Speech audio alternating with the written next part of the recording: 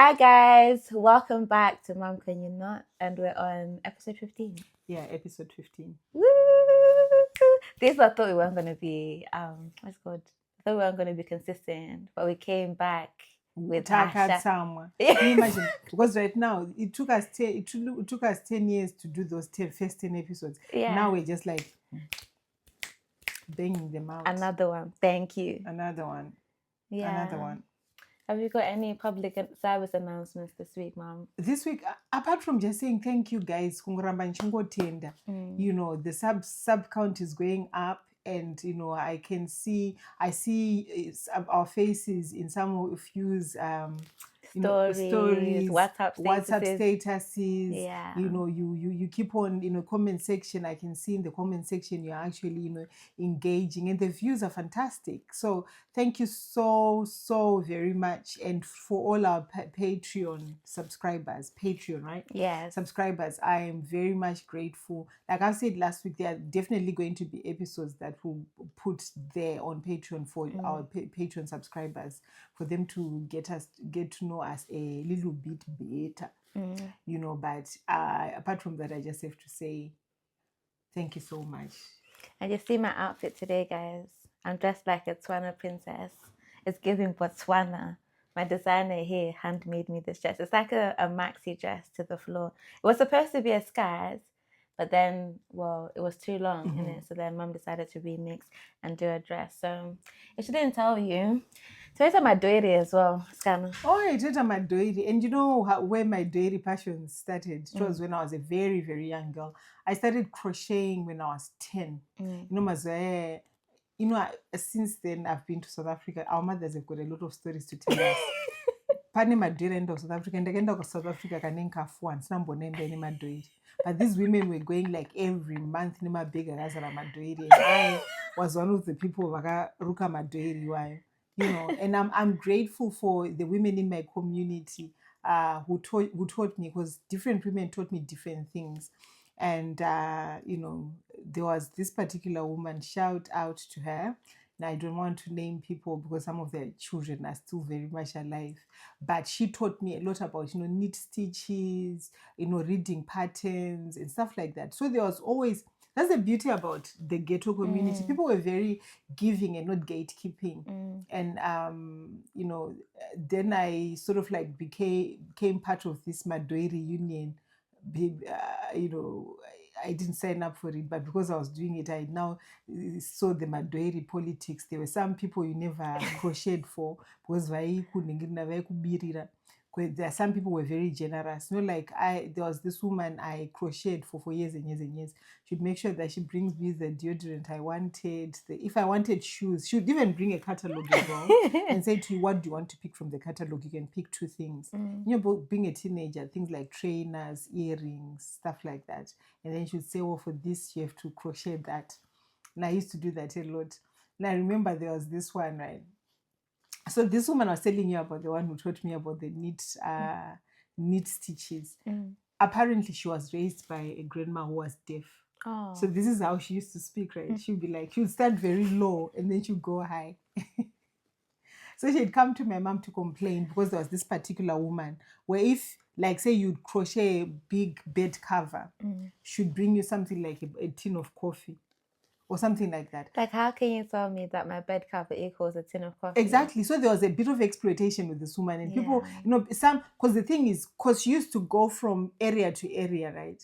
So, if she came to you, you wouldn't know that she's come to this area because all the crocheters from the other side don't want to do things for you, don't want to do business with her. But because this lady I'm talking about, the one who taught me knit stitches, she used to be like, and this is what you say in English. She was like a chairman for the women's league. So she was a chairwoman in politics. Oh, and the really? Chairwoman, yes. And she was so she was very in tune. So people would come to her with their spiritual problems, and people would come with their political problems. But she's the one who used to speak like that. So if Dangar Mazana, she ran sort of like a scammer notice board, if you like. So she'd tell you. A watchdog. Like a watchdog kind of thing. this woman, you shouldn't do anything for her, but she's exploiting women. Yeah. She, these people crocheted for her and she didn't bring anything back. She brought herself a 2-door fridge and everything, but didn't pay the crocheters, kind of thing. She was also leader of the union. She was the leader of the union. So, and she was my mom's friend. Yeah. So before I crocheted for anyone, I would go to her and say, Mama, the approach when and she'd be like, and so she hooked me up with this woman because I was young as well. She'd also sort of like negotiate my my terms. So if I wasn't too sure, so I was like, because she was a mother to sons, so I was like the daughter she never had.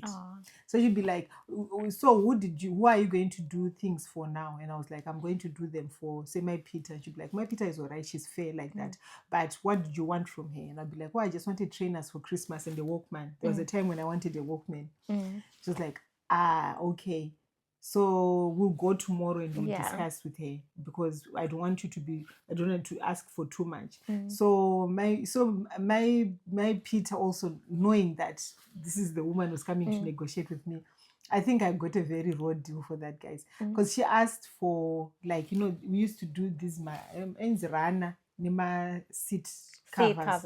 Yeah. So she just asked for a runner and seat covers for her to bring me a pair of latest trainers and a Walkman. And then so when we left, she was like, so bear in mind, like I said to you, she had, it wasn't a speech impediment. I think it was a habit from having a grandma who could not. So we had not even gone far away by the gate.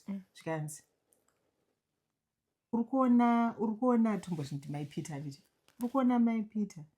Nekuti vakambobira vanhu zvakanyanya mumarukesheni umuka vaiba mai vavava vadzidza manje achabirira vatoona kuti zvovakuitira izvi kaizvi vatoona kuti vanozikanwa neraini kuti vaiba Mai Peter.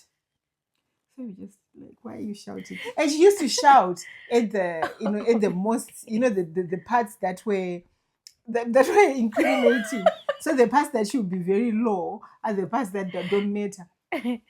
So anyway, my aunt, my mother's sister, she taught me different styles. She wasn't very neat, but she was very quick. So she used to do like dresses. She didn't do like Marana. She used to do dresses, like wedding dresses and stuff like that, because she liked bigger projects. So when she came to live near to where we lived, she was like, they don't know that like my dress and whatever. And then we said, you know what, my Peter will show you, because she knows different people will like different things. And then she was like, there's this woman, she's very niche. She lives, I'll take you there. So they went. So they discussed, because she was like, there was a woman. I think this one actually did. I don't know when my daughter trying to think she can South Africa. Please tell us, because I've been to South Africa more than 10 times, and the number one and the amount of saying, like, it's for the tourists, isn't it? Like, you know how people go to Victoria Falls and they'll sell like trinkets and stuff. Yeah, but you see them. Actually, when I was, because to be fair, you do see the things. This is me in the UK right now, right? I went to this house, to do an assessment. I saw, Zimbabwean trinkets. Yeah, you do see the things around. So you see them. But I've never seen my doiri. So where were these doiris going? Please, mothers, come forward. Tell us what you were doing in South Africa in the 80s. 3-4 weeks. In the 80s and the 90s. 3-4 weeks gone. And come back and say. Did they used to come back with money? They used to come back in the dreams. Like, like some would come with like my TV, my fridge, my TV. Like there was this particular one, a doily. She was very blessed with a doily. She used to, whenever she went, when she came back, she'd have, like kitchen units, all these big things. And also bear in mind, those are hair things, but they're things that you would have bought for the crocheters as well. They make me laugh. And also there was sort of like there was different people were different. Some, as soon as they come, they would have already, whilst they are traveling, they would have sealed your little thing. So you go and you get your little parcel. So like my Tinashi, the one I did the Walkman and trainers for. Mai Peter. Mai Peter is the one who introduced who was the plug. Yeah. But Mai Tinashi was the one I crocheted for. Yeah. So when you get to a house, there'll be like little things for different people, whatever it is that you do. Some would, say, oh, I'll forgo my... But why did she want the doilies if she wasn't going to sell them? What was that about? I did not say that they were not being sold. I said I've been in South Africa for more than 7 times. And this is where I lived, is one area where women came from going to sell madoili. There were so many people doing madoili all over Zimbabwe. But I'm yet to go into a house in South Africa which has got a doili. This is what I'm saying. All right, babes. Yeah, so I'm saying, if somebody knows where these doilies were going, please let us know. There was always so anyway, she should have your, your little, your little payments already packed up.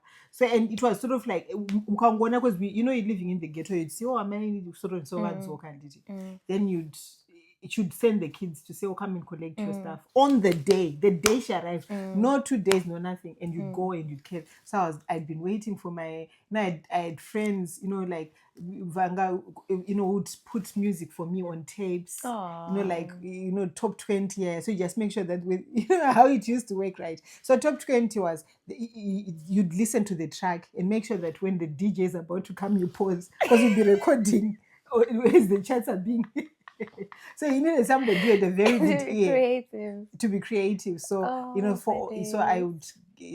my music was ready for me to listen.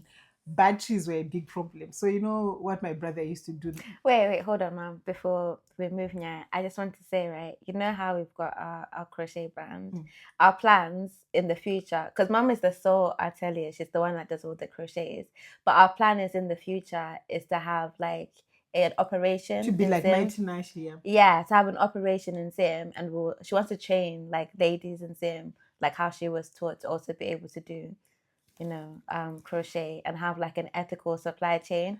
So if there's any girlies in Zim who can crochet, who are into it, let's start talking now, so that when the time happens, yeah. So it's not it's not a plan in the future. It's something that I genuinely want to do, and it's something that I know. Because then, what I'm talking about, it sits so well in the woman I became, right? I learned not to repeat things, because things were said in those, in those parameters. People taught each other a lot of things, and it was very therapeutic. So because people are not actually looking at each other and just gossiping, they're carrying on and they're talking. So I used to go to these places because I wanted to be taught patterns. There wasn't any YouTube then. So like when I there was a time when I crocheted for because I was going to go on a school trip, so I needed tracksuits and stuff like that. So I went back to Mai Peter, and Mai Peter was like, oh, you need to do a bed cover with pillows. An Msorowa queen, and I'd never done that, and I wines Msorowa queen. It wasn't too difficult, but it's because something I'd not done. So you had to go and sit with these women purely to learn. But there you'd hear things like my Peter. There was this story was like, "Unoziva Mai Nyaradzo." Mai Nyaradzo murume akafa akapedza kuextenda imba, akauraya murume apedza kuextenda imba. Nokuti pesa apa ngasinogara mushe. Iwo Mai Nyaradzo ivavo. And because you're hearing this story, Mai Nyaradzo, that's not a real name. Mai Nyaradzo was like my mom's best friend. So imagine if I had not taught myself not to repeat things. Some of the things you'd hear, because Mai Peter hated Mai Nyaradzo, because Mai Nyaradzo wasn't into all these, crocheting and whatever. She was such a pretty woman, and we don't know how she used to get her money, but there was always different cars in the house. So Mai Peter and Mai Nyaradzo never jailed, but she was my mom's best friend. So, but Mai Peter didn't know that Mai Nyaradzo was my mom's best friend. So she was just telling people that, when Baba Nyaradzo died, it was because she had finished extending house for that wretched woman. She just waited for that man to do all. Pakangoiswa tail rekupedzisira mai mwana wakabva vapoison wababa vai. Munoti mimi munhu anongoti mudumbu musoro bva afa. Chimukadzi chinoroya chii. Anyway, handiri kuona musoro waqueen kamemoka. Muchitanga apa unoita miskidzwa mitatu.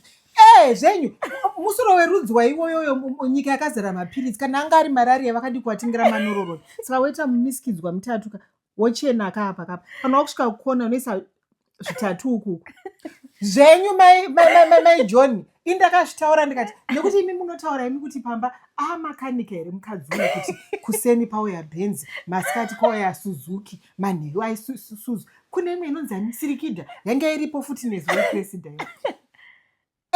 Saka waisa mumiskidzwa akamemo apa kana wakusvika kona iwozondedza imboruka apa. Kana ruka apa uda kuita miskidzwa manenge nemadouble crochet. Udaita miskidzwa 15 kana wasvika waita 15 kapa wodzoka ndokuudza nokuti ukaona usinaita 15 karudunura wotanga apa. Une macheni mangani? Zvenyu verenga zvenyuka mira ndikutaurire chimwe chinoitika ka. Ina handisi kuti pamwe tinoshorana nekuti chi ina handina hangu mari handiti. Eka but munhu kana akauraya murume over then you'll be taught, but it's in between this gossip. So she was my mom's friend, but she used to live far. She did not know my mom was tight like that with this Mai Nyaradzo. So anyway, I think that's why her and I ended up bonding, and she, being my advocate. So the other day she came to my mom's house. I don't know what she was collecting money for something. So she would come and she would chat with my mom. So Mai Nyaradzo arrives, right? And this woman was sweating, fam, because when this gossip, this salacious gossip was said, I was there. And Mai Nyaradzo is giving me a hug. She brought me shoes. And this woman is like, this child said something. Mai Nyaradzo is very warm to her. They spoke. Yeah. And she spoke to her. And, so when she was going, she was like, memocha ndokudiraka. Une hana yako haina kupapa. Nokuti nyaya idzi dzandaitaura musiyeda wakadzidzokorodza. Nhasi pana taimbosangana zvakanaka. But now you're reporting yourself because you're not shouting. So I come back and Mai Nyaradzo is like, what was she saying? I was like, she was saying the queen pattern she taught me. The person really liked it. So she says that she's going to try and see if I can get a bigger project next time. And this Mai Nyaradzo was like, why do you do these things? Why do you spend so much time around grown women? Why? I don't understand why you do all these things. But you learn to be resourceful and use your hands. So you see, the other thing is that's where you because then they started doing these things. They're doing little dolls. Because that same woman,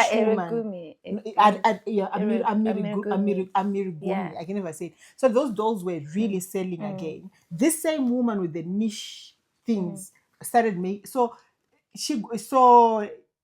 Right, this didn't end well, guys, but it started so well. So we were getting all this yarn for Amirigumi, right? And she'd pay us. She didn't bring us things, so she'd pay us per doll. So she'd give you the yarn. So she had a whole supply chain. Yeah, so but it was informal. It was informal. So, but the person who had negotiated the deal was Mai Peter, obviously, because they met, in these different spaces. She was very well connected, to be fair. So she was like, so this Amirigumi was really, really, it was rough on the fingers because the yarn we're using, some of it was like twine. Like twine or, imeninge gonje. So it was I know what you mean. Like the thing that you tie gifts with. So it wasn't like... What's that called? That thing is rough. I know what you mean. Yeah. So, you're using that. So it was really tough on the fingers. So she negotiated. It was a very good, wage. Because I think for then, you're getting $2 per doll. And she was like, you cannot get a flat fee. Like $2 per every doll. It has to be, for the ones with the tough ones, at least $3 or whatever. Anyway.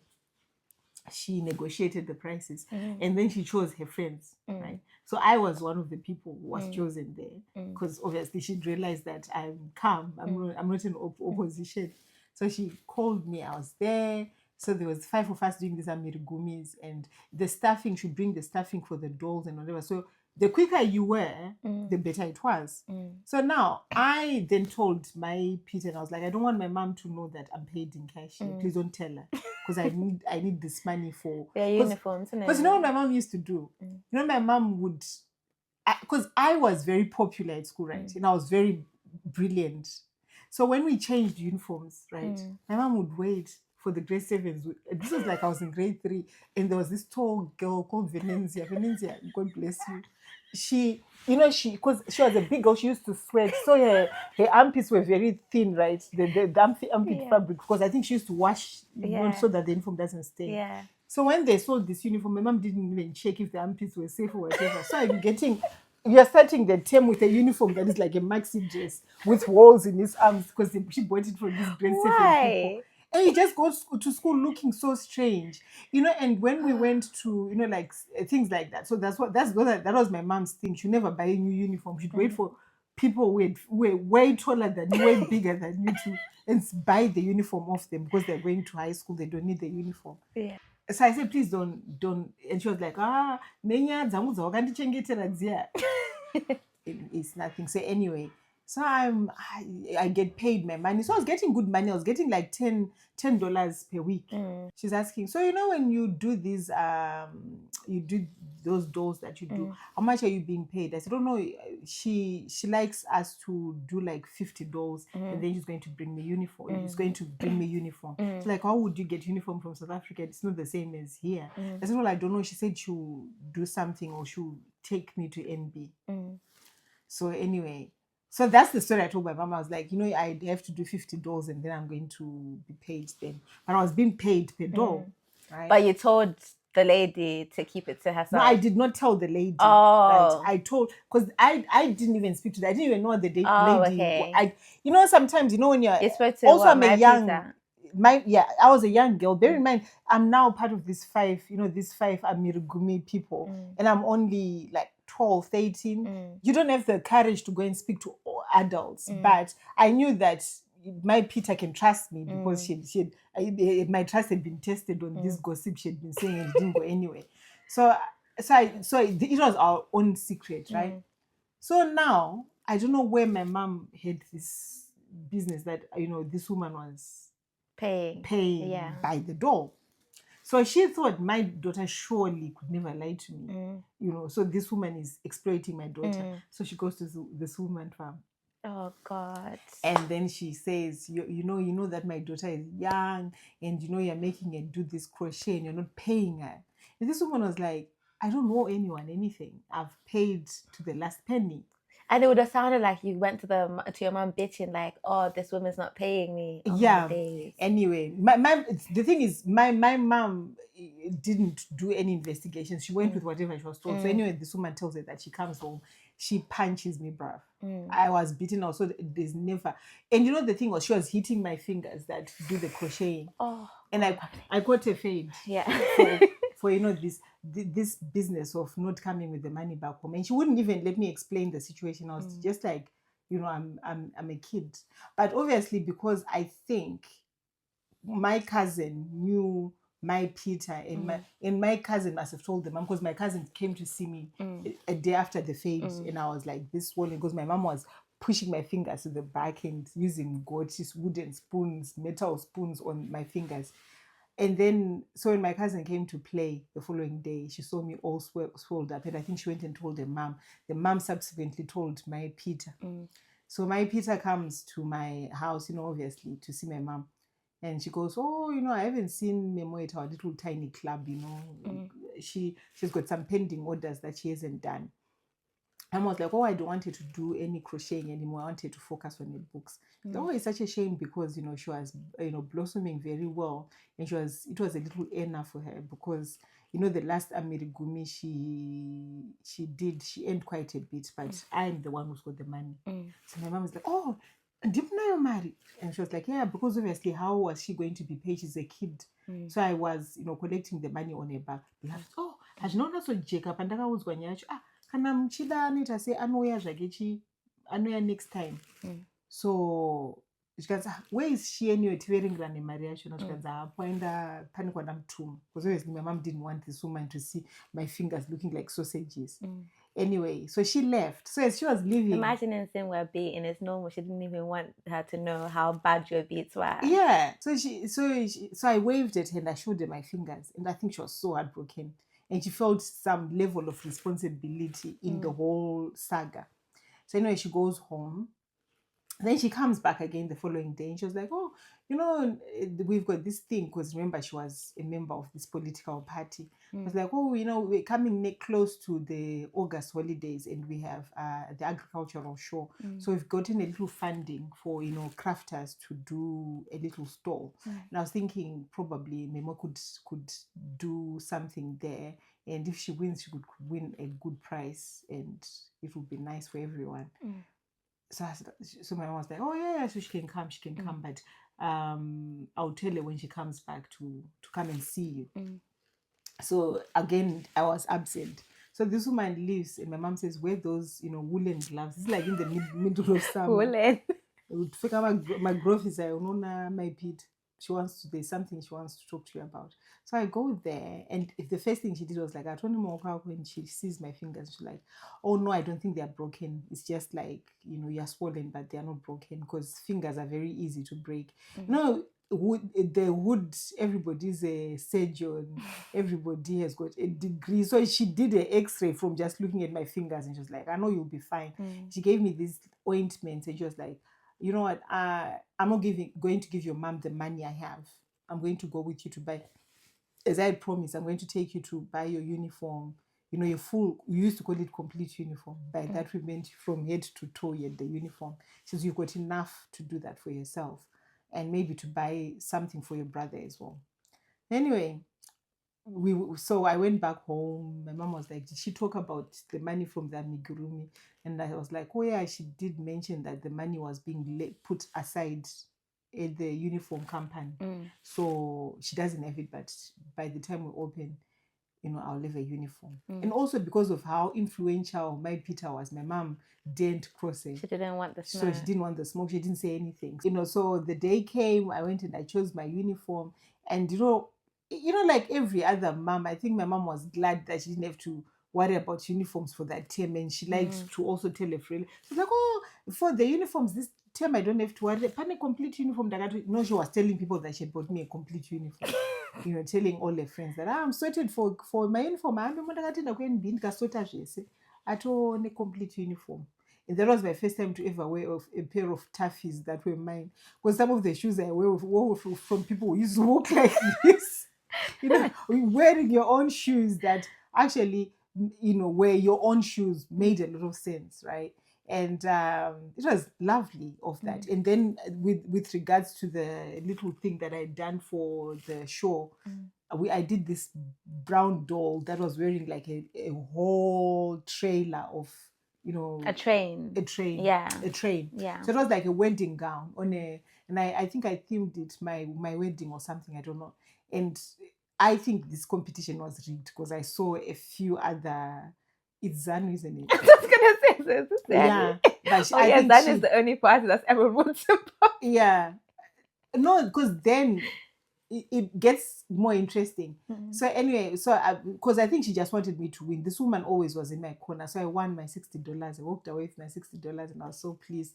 I gave it to my mom. I don't know what she did with it, but because she was there. So as soon as this prize money was given to her, she just put it in her bra.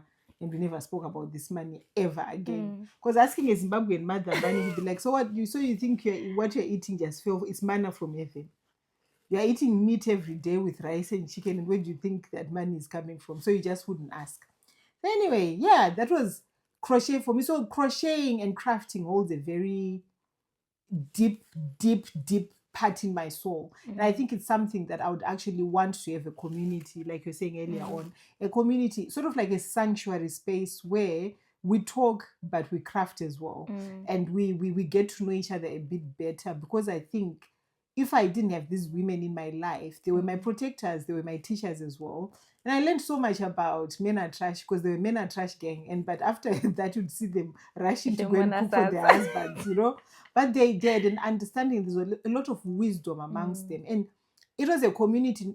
It wasn't a community of followers or sheep. People had their own minds. So you take what you thought was useful for you, and what you didn't like, you didn't take from there. Because I know people were, people would talk about, like kwenda kumapostori, kuna matradzimba dzavo, kwenda kunganga. So there was everything for everyone. And there was, the church gang, there were the mapostori gang, and there were the, the midzi gang. There was everything for everyone.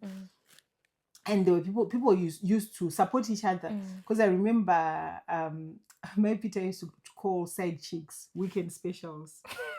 So she'd be like, "Oh, so and so's husband has got a weekend special. So when we finish, we want to go and punch the weekend special." It was a song by Brenda Fancy. Yeah. I'm no weekend special. So she'd be like, so it was a community. People actually took care of each other. So they would fight weekend specials for each other and stuff like that. Just helping and supporting each other. And, there were some members, like this particular woman, right? She never spoke about anything. She just come there, do her crafting, and go back home. And people, Mai Peter is like, she scares me, I don't know what's wrong with this woman. She never says anything. And you know what? What she was I'll say, like, one thing that you've always taught me is to be resourceful and to like use your hands. So I think it's something really good to share with other people, because Definitely. especially in Zim, people kind Things of are seem tough. to look down on like being an entrepreneur or being entrepreneurial, but your talents and your gifts, they will save you time and time again. They will. So I think building this will be like really, really positive. It will be very, very positive. Like I was, because I could do a whole podcast on a whole, what do you call it, a whole series on these women, but I'll just touch on this particular one because again, like I was saying, that it was a space of sanctuary. You didn't have to participate because I was too young to participate, even if I wanted to. So I'll just be quiet whilst these grown women are getting on. And sometimes, because I think Mai Peter, because of how influential she was, God love her, should say things to people to sort of like safeguard me, or to say, like you can be free with her. She's mute and deaf. She doesn't say anything. So you'd hear some of the craziest stories being said. And this woman, she would never chime in. She'd never laugh. She'd never do anything. She'd just sit there. Anyway, this is now I'm hearing the story, like, because she just disappeared for like a long time. And I used to, let's call it, she didn't have a child, right? She just disappeared for a long time, and people just go ahead. Yeah, so Heather just went one day and she never came back for a long time. And then obviously, me being young, I can't just go Auntie Heather, because you just get there. Sometimes people didn't come, and you see them the following day. They were like, "Oh, ndakakirwa mumba, oh, ndakarwa na baba John Mizuru, wangu wasina kuene pay ese, oh, ndakaita this and that." You would just laugh and say, "Oh, I'm gone," and whatever. So Mai Peter goes, I haven't seen Heather for a long time. Has anyone seen her? No one has seen her. Then it so happens that one of our neighbors, she never used to do this clubbing business. She was very well off. She said that this woman had been arrested. She had murdered her husband. No. Yeah, she murdered her husband, and she went to prison. So now, was the husband abusive? So the husband, apparently, what the husband used to do, the husband was a war veteran, but he was a. I told you about this story. Yeah. So this war veteran man, it used to do all sorts. I can't say it on YouTube, but it was a lot of SA, right, in some very lewd and weird ways. So now I got this tea, right. So obviously I take it back to the club. And I told my Peter, I didn't sit there and say, "Oh, by the way, guys, Heather got arrested." So I told, said, I used to call her my guru. My Peter, that's what happened to Heather. So we did. It was sort of like so organized, because people would start by asking how people were and why the other person didn't come and whatever. So she was like, "Oh, I've found out where Heather is. Apparently Heather is in prison. Heather killed the husband." And she went on to actually investigate the story. So she now had the full tea. So she was like, guys, what we need to do? We need to go to Rotenro and, give a character statement. What's Rotenro? It was like the magistrate's court. Oh, okay. We need to go and support her. Everyone here has to go, because we knew what she was like and what she was going through. So she needs to be supported. And then she went, and then she found this lawyer from Sasa. Wait, hold on. Right. So we're not going to say, but just so you can imagine what this man was doing. He was a war veteran, and he had one leg, and then the leg he had like a wooden leg in it. A metal leg, and he used to SA this girl, and you put 2 and 2 together and figure it out. Just so you have empathy for the situation. Yeah. So anyway, she went to this place called, it was, I hope it's still there. It was called Msasa Project. So it was, a place where, you could get support for women. So Mai Peter being Mai Peter Mai Peter wasn't frightened of offices, you know. She was not frightened of offices. The gun was there. So she says to me, so she got so Baba Peter, good love Baba Peter. Baba Peter was so quiet. And you know those men who didn't say anything. So Baba Peter used to have like this little minivan, right? And she was like, Mai Peter couldn't drive, but she knew places. So she was like, I've spoken to Baba Peter, guys. Tomorrow come in your Where did glad. you find this babe? And tomorrow come in your glad rags because we are going to Msasa project to speak to the lawyers about Heather. So I'm thinking, it was like, you are a young woman growing up, you have to come and see these things because tomorrow it will be you, the one who's going to school, and you can speak English better than we do. So some of these things will need somebody to spell, so you're coming with us. I said, oh, okay. And so I wake up and I'm, you know, dressing up, wearing my nice clothes. My mom was like, are you going to the club today? I said, yes, I'm going to the club. She said, why are you wearing your nice clothes and your trainers? It's like, we're going to get a photo taken. Because I didn't know what to say. So we met at our little clubhouse. And you know where the clubhouse was? It was like a little tuck shop, right? So we just used to meet there. So we're there waiting. Baba Peter comes with this little van. We're in there. Mai Peter is going, turn up. Turn up. And I straight up. Yeah, Tashik. So we get there. We come out. Mai Peter was a bit of a big girl as well. So we get there, we sit, the lawyer comes. And I bet you Baba Peter was skinny, very and crying. Skinny and quiet. That's so perfect. Yeah. So Baba Peter is waiting outside for us. We get in there, we see the lawyer. The lawyer was this white woman. That's why Mai Peter wanted me there. So she's like, you know, we brought daughter here. She say what we want to say to you, but she is part of the club which Heather used to go. So she know some of the things are old, but she know she was there. And the more you always unatotaura zvine mutsindo nokuti vachina havanzwisise nhamo dzedu. Yeah. But okay, so now these women are telling me their stories. Now you're a lawyer. I'm telling this white woman about this Heather situation, and she was like, you know, it's good that she was from such a beautiful community. We went to, when you came to see me, so she was calling her by her first name, and she was like, I don't want these people to know my first name. Call me Mai Peter. Even white woman call me Mai Peter. I don't like people. You know, that's when I found out Mai Peter's first name. And I went there. Anyway, so she's telling this, you know, so when she went to see this lawyer the first time, I think there was a bit of communication breakdown. So she said, let's just go prison and you see her and take photos. So she had all these cars in places, somewhere gangrenous. So she started going to the doctors. They started treating her. So she was in hospital at the prison. So the doctor also wrote a very compelling statement in support. She was in all the little quietas and all these newspapers. And when my mom caught wind of this, she was like, there's no way you're going there because people are teaching each other to murder their husbands. You can't go. And I'm like, you know, the story is now made it to the newspaper. Mai Peter, and my mom is saying I can't come to the club. She's like, don't worry, you come. Why wouldn't you come? Are you the one who murdered anyone? We are even doing something to rectify this. Anyway, I think she was given 18 months, but she didn't even stay. Oh, that's good. She had the time saved and she comes back. You know, when she came back, you know, still quiet. And then Mai Peter was like, next time, you know, when people are talking about their problems, you need to learn to speak and put, you know, now we had to find your problems through the grapevine to try and help you. And you said this earlier on. Would have never gotten You'd have never gotten onto this. So she still wasn't like a talkative hand, but she was much, much better and she was more trusting. And you know, when people used to go and fight the weekend specials, she couldn't come because she was in ex-con. Because obviously you had to help others fight for their marriages, right? But she was like, I can't come askana, you know, and she was like, nabasa tenda, you know, you want my mom, nabasa, you and I, you know, and she was just a lovely, quiet hand. And when this, so she got, now the second battle was now the relatives wanted to take the house away from her.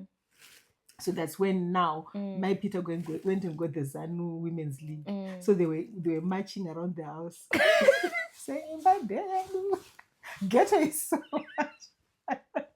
And she went again to this Msasa project woman. Oh gosh. So you know, What it did was Keleti say? What did Keleti say about Geto? What did he say? The Get song? her get her they were marching every day. Semadzimai emuzimbabwe takamirira zvakaoma okure kurema kwazvo vokunoda madzimai. And they would toy because the funeral, it was, I think, at the memorial, the funeral had been done when she was in prison. So one of the brothers had moved into the house while she was in prison. So she comes back, this Heather chick, she wants to get back into her house. They've changed the locks and they won't let her in. And because, you know, the thing about Mai Peter, if she loved hard, you know. So when she found out that Heather, she was like, come and live at my house, or some, you know, putting your, because I didn't know what that meant, because I'm putting your story on the minutes. So because everybody liked her, they was like, nah. And she was like, this could happen to you. This is a landmark case. You could be kicked out of your house and your relative, the husband's relatives would come. We need to come and stay with this young girl. And you know, these are big women. And there's like 60, 70 of them. Because she was a proper community champion, you know. 60, 70 of them. They are marching every day in that house, just going and what around was beautiful, she lived there. She did the community, but it wasn't like, you know, MPs, they'll live somewhere in Chelsea and then they'll come and say that they are member of parliament, but they know nothing about. She knew everything about. Yeah, and so she forced quite a few people to, because I had to tell my mom, Mom, go and march with the others, because my mom didn't like getting involved in things like that. I said, go and march with the others, because everybody's marching for Heather's house. So my mom was like, okay, and she wore a beret, because they're wearing berets in Zambia. That was the marching uniform. That's so nice. And some would write little placards going, Imba Ndedu, Imba Ndedu, Ashtamba Kongonya Akadzi wao. They would do all sorts, right? And then it went to the High Court, and people were donating, because you know, people would come with a little plate of money for Heather's fund. And you know, I donated, I think, $10 of my amigurumi to Heather's fund. And Heather went through so much. She did. Then she go, you know, people would sing, and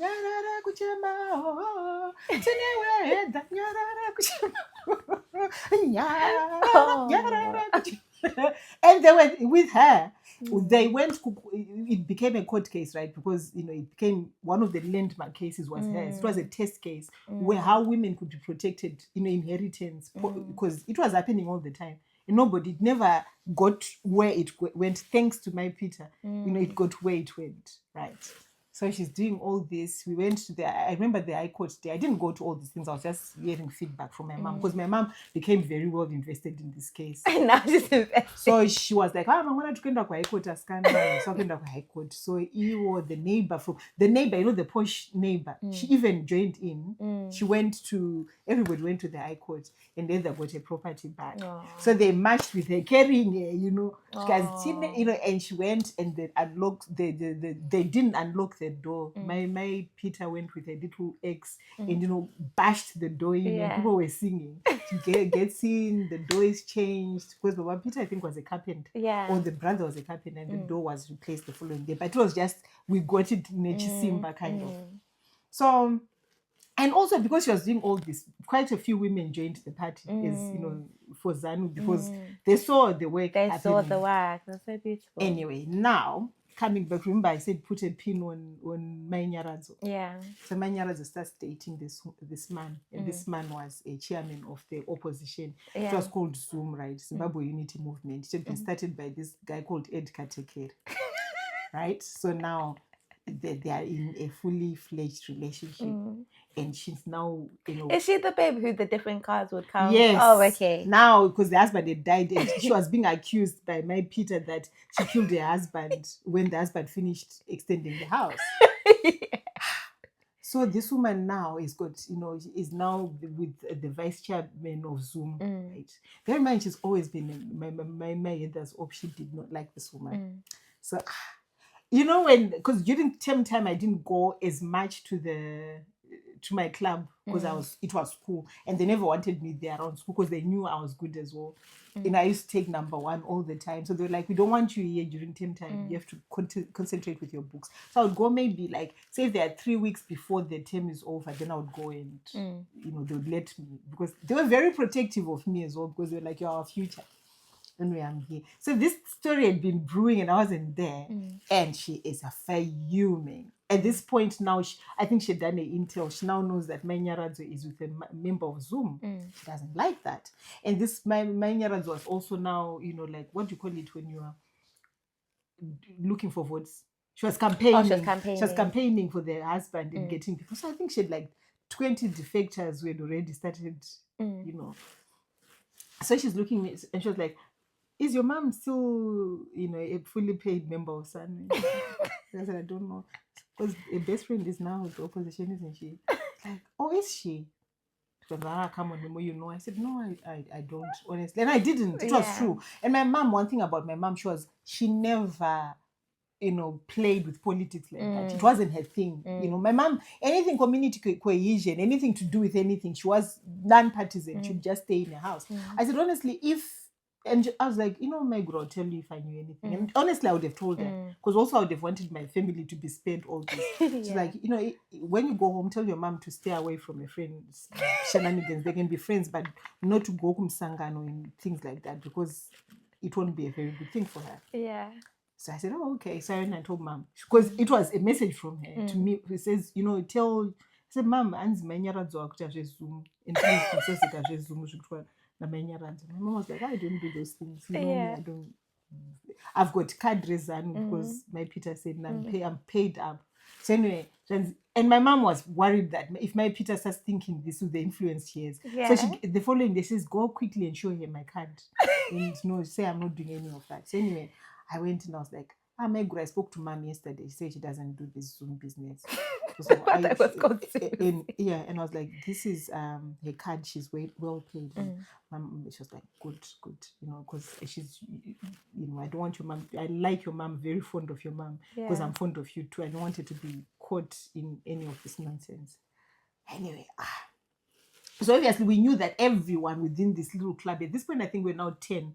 We started off like 4 or 5. Everyone in there we knew was a fully paid member of ZANU, because she would be talking. So she was using this club as a ZANU initiative as well. And also the other thing is, we had even gotten at this point, the ZANU youth had come to actually put floor and benches in there. So we were actually benefiting from it. So and they changed the ratters from the top, to make them asbestos, because when it was raining and you're trying to talk, with this metal, I can't say that word, SHE sheets, metal sheets. Yeah, they would go, the sound was very disturbing. So it's asbestos now, and it was good. And we even had a radio at one point. So she was doing a lot. So anyway, Mai Nyaradzo, campaign Zoom. She's got like 6-7 members. But the thing is, what was she trying to actually just support Daddy? To support Daddy, obviously. Oh, okay. Now you're a politician. So First anyway, lady. right. So, and my group, Mai Peter, is getting all this intel. She's obsessed about this whole thing, because she wants to know who are the people that have signed up to this. The 7. She wants to know who they are. And she's figuring out, which one of the other women used to, I think these people were like working class. They were working people, right? So it wasn't like the day-to-day where Mai Peter would run into them patak shop and just scare the bejesus out of them. So and people will not come. Yeah. Anyway, so Mai Nyaradzo had a daughter, right? Her daughter was, I think, a bit younger than me. Then the daughter drowned. And she at this point, we knew that she was fully Zoom, right? So that daughter, did she drown under dubious means? Not under dubious means. Okay. No, it was just kids being kids. Okay, We used to go to this place. Checking. We used to go to this place where we were told we shouldn't go because we would get bilharzia. But she went, because my friend Rod, remember I told you, she drowned in there. Yeah, so it was common for kids to drown, because we used to do all sorts. So anyway, so it drowned say on a Monday. So obviously everybody will know about it. So now bear in mind, this woman is Zoom. And she's been doing all these things, trying to recruit and saying ZANU and whatever, trying to be an activist. Now people are scared. Do we go there and stay? What do we do? So people were just going, they would, pass their condolences and leave. And Zoom now, because it wanted to, to recruit in the little communities, they bought food, drinks and everything. No one was drinking them. No one was even going there to sit and eat the rice. Apart from this crazy man, he was mentally disturbed. He was the one who was going there and eating. People are now the ZANU mythology has got people like so frightened, isn't it? So anyway, you know what Mai Peter is like. Mai Peter organizes all these ZANU women. They wear their ZANU uniforms. So like say the funeral right started on a Monday because it used to be 3 days. On the Tuesday afternoon, right? Like 120 ZANU women woke up to the funeral. They sing, they cook, and you know what they were singing? There's this woman I'll call her Mai Nyaradzo. She was, you know, those trolls. She composes this song Paname Papo. And the Zumu Zura Wega Mangwana Uchanyara. Naba Musamu Kangani. Joko Kuchagawa Chemi Isutiri Kuzanu. And you're looking around looking for people to cry with, but they're not there. Because we are loyal to the party. Oh gosh. So they were there just to show her that if you're with the winning team, look at how many people will be there. So they did that and then they left. And the funeral went dead again. So she buried her. I think she moved out of Mai Nyaradzo moved out of the well, it's you know, when you are then, I think it wasn't a very good move for her also, because the community was very tightly knit, and the person who was leading the whole situation was, you know, a very charismatic person, and she also was not very close to her. She never liked this woman. So maybe if there was a bit of love, she would have gone and told her that, you know, where you're going, you shouldn't go because it's not yet the time to be doing that. So anyway, she left, and you know, everything got back to normal. They literally ran out of the city, I think. And we just carried on. So to me, community building, I you know, owed to this woman, you know, regardless of her political affiliations and the political, she understood what community was about. And she knew her community. She wasn't just a busybody. If she knew about what was happening, it was because she wanted to find a solution for it. Even her rocking up with 120 women, she knew that regardless of how much an op Mai Nyaradzo was, she still was a mother. You know, she still had lost a daughter. So, you know, she needed that support, even though it was to show her. With a bit shady. With a bit shade. But they were there and they did the thing. Even when it came to the day where the daughter was buried, people turned up. People turned up. So, in a way, she wasn't just a puppet master, because some people disliked her, Kabibibi, you know, they just didn't tell her to her face, but they just didn't like the chokehold she had on the community. But I never saw anything wrong with that, because she did a lot. And then I think she had breast cancer. Nobody knew about it. And then, you know, sadly, she passed away. But I'd never seen, you know, these ZANU PF high-ups come. She was a provincial hero. Women carried a coffin and they marched with it. And I've never seen a life celebrated and a life lived so well. I felt so sorry for Baba Peter, because when Mai Peter died, I think he lost his way, because I think she was the anchor for the anchor, yeah. And you know, Peter was a good son, I think, and he's still doing very well. And if people know where I grew up, they know this woman very well. And she was so celebrated. She was celebrated. I've never then, you know, to see, because there was nowhere to sit, there was nowhere to stand, and there were so many things that she was doing that we didn't know. We were there because we did a crochet. I'm going to cry about this. We did a crochet lace thing, and now bear in mind, it was sort of like so short notice, because when she started, you know, fading away, because she wasn't coming as often, and then her hair, you know, because her hair was a pride. She loved, you know, she'd come there because there were some people who could do hair, so we would do her hair. So that's when the gossip started, because one of the ladies we used to crochet with, she said, you know what, I was trying to do my Peter's hair and it was just breaking. Oh, was she on chemo? Yeah, I think she was on chemo, but she wasn't saying, you see. She was not saying. And then Heather was like, she's got this smell on her of cancer. How did Heather know what cancer was like? Because she lost her mom to cancer. And I think apparently there is a distinct... So, you know, Heather and the other women, because I was too young as well, and it was during term time and all this, so that they would go to her house, clean for her, cook for her. And, you know, and the thing is, there was never a time when she was on her own, there was always people there. And especially in the last, when people knew that she was galloping away and she was fading, the ZANU people were coming in the morning. There were people from the community coming. And then, so Heather was like, you know what? She's not going to. And again, this babes was so matter of fact, you know. Sometimes she was so morbid. She was like, you know, she's not going to get better from this. She's going to die. And everybody went quiet. Because, you know, such a big presence. So she was like, well, we need to do something. Let's do a nice shawl for, because you do a lace. So we're like, oh, that would be nice. So I wasn't even going to there because I was in school. So on the Friday, Heather came to my house and like, we're doing do you want to do a piece? We're doing a square lace for her. Do you want to do a piece? There's the yarn. The yarn came from, you know, that lady who used to do my trainers. So we asked her for yarn.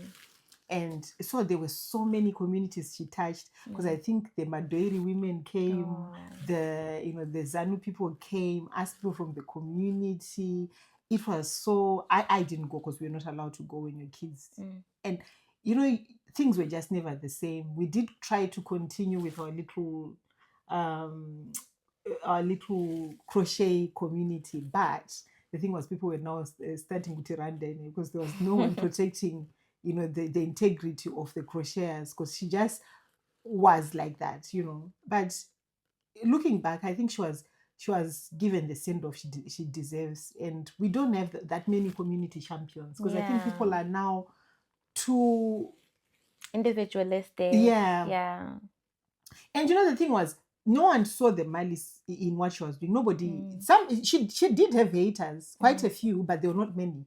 And when she died, that's when you realize that this woman was impactful, because they were, you know, she was into the youth, the women's league, and she was doing the work. She was not doing just like a lot of the time now. You've got people who want to appear like they're doing work. She was doing. They're helping the community, but they're not. They're just exploiting the community for clout. But this is before Instagram and LinkedIn. Yes. So, and who are you telling? People would talk about you. Because the other thing was, you know, Zimbabwe being elitist as well. You know, the Kwangune Msangano Mbatanidzwa. You know, so it was interdenominational, so people would come and pray. So she championed kuti mapostori vakadzi vechipostori vainclude, because, you know, these Pentecostal women did not want the mapostori to be involved in the, you know, comment down below if you know about, you know, Batanizwa. It's just where I grew up, they didn't want the mapostories as part of it. She fought hard and fast. That's interdenominational. But they did not want mapostori because they said mapostori are they're not Christian. They're not Christian. I don't know what the thought process was, but there was some politics around Madzimai H postori to be part of this. She was hell-bent because we now had the Pentecostals as part of the interdenomination. So why wouldn't we? And during a time, the mapostories became part of Batanizwa. And people used to laugh sometimes, but when will she stop? You know, kind of. Oh, and so then beautiful. She had a real calling for leadership. She did. And she championed even, you know, because single women and she didn't understand that. She had things that, you know, she was passionate about. If it had a woman in it, whether you're single or whatever, she didn't like weekend special. She loved women who she loved women in general. That the real women empowerment. Yes. The other one. And in a time, I think quite a few single women, you know, like, what does that mean? You know, like to wear those, you know, those batchkes, you know, the church regalia, because you had to have mchato to wear those things. And you know, if you didn't have mchato, you a widow, so but your husband died. But it's quite what you call it, misogynistic. But internalized misogyny. There you go. So if you're not, you know, so that was the criteria. But there were some women who were doing, you know, fantastic things for the churches, but they just happened to not be married, and they were way past, you know, sometimes the age of getting married. So why shouldn't they be recognized? So, you know, the other thing I think why she was big on it was, you know, when a woman was fully ordained, I don't know if that's the word, but the Mudzimai was an akafa, you'd wear a uniform for them. So Mkazi Yosaka would wear their uniform in solidarity that we've lost one of our own. So if you're now just a woman who was worshipping in the church, but usina ukafa, they wouldn't wear. But her. So it's basically like you have child sex right? Yes. To be inducted into the chai sect, you had to be married. Yes. Yeah. So for you to be, Yeah. they're called guilds. In Yeah, Roman guilds, yeah. In Roman Catholic, they're called guilds. And chita chemoyo msande, chita chamai Maria, chita chambia Anne, and whatever. So there were all these sects that you would be inducted into. But one of the biggest criteria is you had to be married or you had to be widowed. You just couldn't, they just wouldn't induct you if you're not fitting that criteria. But you know, the beauty about being part of a guild or part of a sect was that, you know, when you died, they would wear the uniform for you. Yeah, it's a sisterhood, basically. Yes. So everyone who's been ordained, even from whichever denomination you came from, they would wear the uniform for that you. being like in a sorority, isn't it? Yeah, there you go. So you know, so for she, again, being the trailblazer she was. So if any, because I remember there was this, I'll call her by a name anyway, because okay, no, I'll call her by another name, Sis Judy. Because she was like in her 50s, and she was very much about the church, and she was very active in the church. So, and she used to go everywhere where the church went because her life was about the church. She dies, right? And people are now having a proper debate. You know, I heard this when we went to our community, because she was like, I don't know how women think. You know, in our homes, we are punched up, but we just can't celebrate each other. We sat in the Heather for 3 hours. Iwo manyani nini ausikuita maresi azvakanaka miskidzwa uyu ko uri kuita apa zvako uyanga ari pakaenda neni 3 hours mai jonga tichitukirana kuti ndiana tikupfekera Judy uniform here nokati azviitanga asina kuroorwa iwa that's what she used to do to me. Maoko ngaasawota handiti uri kuona mazibura ari kubuda yakaya uri kuregerera tension yako haina kusimba 3 hours chirwa kuti Judy achanhingirikina ari kuvigwa takapfeka uniform yenu. Saka makazopedzana kuti chikanzoni people said they voted not to wear a uniform because anga asina kupfeka but inini musi wari kuvigwa ndinge ndakapfeka uniform yangu yese because she was one of us anyway, because she had said that, you know, I think there was repulse, although it had been voted that no one was wearing uniform, but she had sent, I think, a memo to the different other denominations that can we wear uniform as an exception. So I think on the day, because she was Catholic, the Catholics rocked up in their dresses, you know, in their little dukus. She's wearing a full regalia, and every other church, Anglican, Methodist, United Methodist, they all wore their uniforms. So it was for a mass. So on the day of burial, the Catholics realized that they were being obstinate because everybody else was wearing their uniform. So they rocked up all in their uniform. It was a beautiful send-off. So those are the type of things that she used to do. She was very much about women. So in her honor, I think I would want to do this crochet thing.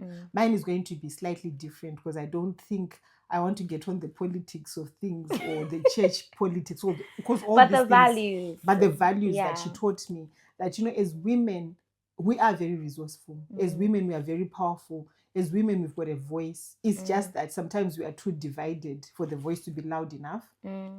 So I think I want us to be impactful. Because you are me, I am you. So us, the community that we're trying to build, because obviously I'm going to take my daughter with me along. So when you say Amy, say me, I'm not even going to do this by myself, because she's going to do most of the stuff, you know, and she's the one who's also inspired me to do this, because she's always been asking, you know, how I became a crocheter, what motivated me to be. So it's you know, carrying on the tradition, but making it modern, you know, making it global. I want wherever she is, where my Peter is, to say, you know, a dream didn't die there. A dream actually made it to the UK. A dream grew in me to the extent that I really want it to mean something. I think I'm going to do a whole line when we start with these things, a whole line dedicated to this woman, these women that made me, you know, and spoke to me, you know, in a way that was very impactful. And I'm so glad that crochet brought me that. Because the things that I learned to be defiant from me. She was very defiant, and nobody could tell her anything. If she didn't want to do it, she didn't want to do it. If she made up her mind that this is what was going to happen, that's what used to happen. And you need women like that who shape you. So us are going to try and build our little community. And this is why we even called it Nehanda Atelier, isn't it? Because it's all about women. It's all about women empowerment. Yes. So it's called Nehanda Atelier because it's about women. And the women I grew up around, you know. And what inspires me is those women who were there before their time. Those women who were challenging norms. Yeah, the normal way of doing things. She was challenging it. Imagine getting a whole 300, 400 women to do things that they traditionally wouldn't do because she just thought it wasn't right. So it's all about social justice. It's all about our voices being heard, but in fashion. That's what we want to do. Good girls seldom make history. There you go. But I think I'm going to remember her in my own way. So if you want us to do this, if you know any women out there in Zimbabwe who are still crocheting or who want to learn the art, because I was taught by seeing, I want to, to pass on that so that somebody can sit on their podcast one day and talk about me and the things that I instilled in them. Because that's all it is about. It's all about oral tradition. It's all about passing these dying crafts. Because the amount of people I've seen doing TikTok and doing cross this, but are not learning actual tangible money making. Well, content creation is money making, but I'm saying, like things, crafts, yeah, exactly, skills. So that's what I want. I want, girls, young ladies to learn these crafts, and I want to teach them the way I was taught. I wasn't taught double crochet. I was taught Miss Kids, and between Miss Kids, chain, things like that, and understood it. Now I'm translating it to things that I'm seeing, people saying, that's double crochet. I used to call it Miss Kids and things like that. Yeah. So that is what we are about, and this is what this episode. The way it started is not the way it ended. That's not what the episode was supposed to be about. But it was a very good story. I really enjoyed learning that. I'll put a link in the description. It will be to Nehanda Atelier, but there'll be a form so that people can register interest in that. I think if we get people who are into it, when we come in October, we'll meet you guys and we'll start definitely. So if planting the seeds. They have to be in Zimbabwe, right? They cannot be anywhere else because it has to be in Zimbabwe, and they have to. I'm looking for over 18s, to be fair, but for the master classes, for teaching, I'm okay for anyone below the age of 18 to learn the craft. I'll be very pleased to do that, and maybe whenever I go back, just have those master classes, sit with them for them to learn. I wouldn't necessarily want a mixture of grown women and young women doing the same thing at the same time, because again, like I was exposed to things that I shouldn't have, but it was that time. Yeah. So like what Coco has just said. Yeah, there'll be a form, you can register interest, and then when we come in October, or we've also got this is what I want to say, as part of our Bonfopo family, we've got a Bonfopo family community WhatsApp group, right? So you can feel free to join that for announcements. So if you want to keep up to date with what's happening, because these episodes are shot when they're shot isn't when you're going to see them. So if you want like news hot off the press, join the community, the WhatsApp community, and you'll get these things in real time. Yes. Yeah. So that is one of the plans. It's actually one of the things I'm very, very passionate about, to teach the skills I've learned from the women before me. Yeah. Thank you for joining us on episode 15. Yeah. On episode 15. And we'll see you again on episode 16.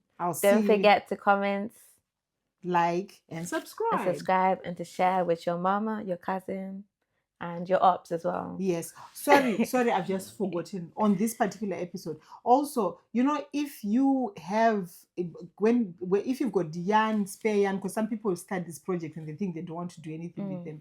If you let me know before October and or you want to donate this yarn, because obviously whatever it is I'm going to be doing is going to be above board. You'll see it as it happens. So if there's 20 people waiting in Zimbabwe when we get there, and I've got enough yarn, enough tools, we'll hit things running. We'll do small swatches, teach people what we are about. So if you've got all that yarn and crochet, because some people will see things on YouTube and they think they can crochet. Yeah, there's the whole obsession and yarn addiction. Yarn addiction. So if you've got yarn that you want me to pass over, which can go, because I want to do things that are sustainable and things. So if you've got yarn you think you want to recycle, let me know. And I can tell you where to drop it off, and we can take it from there. Woo! Thank you. Take care. The haters, the ops, did the episode not come out? It came out. Tech.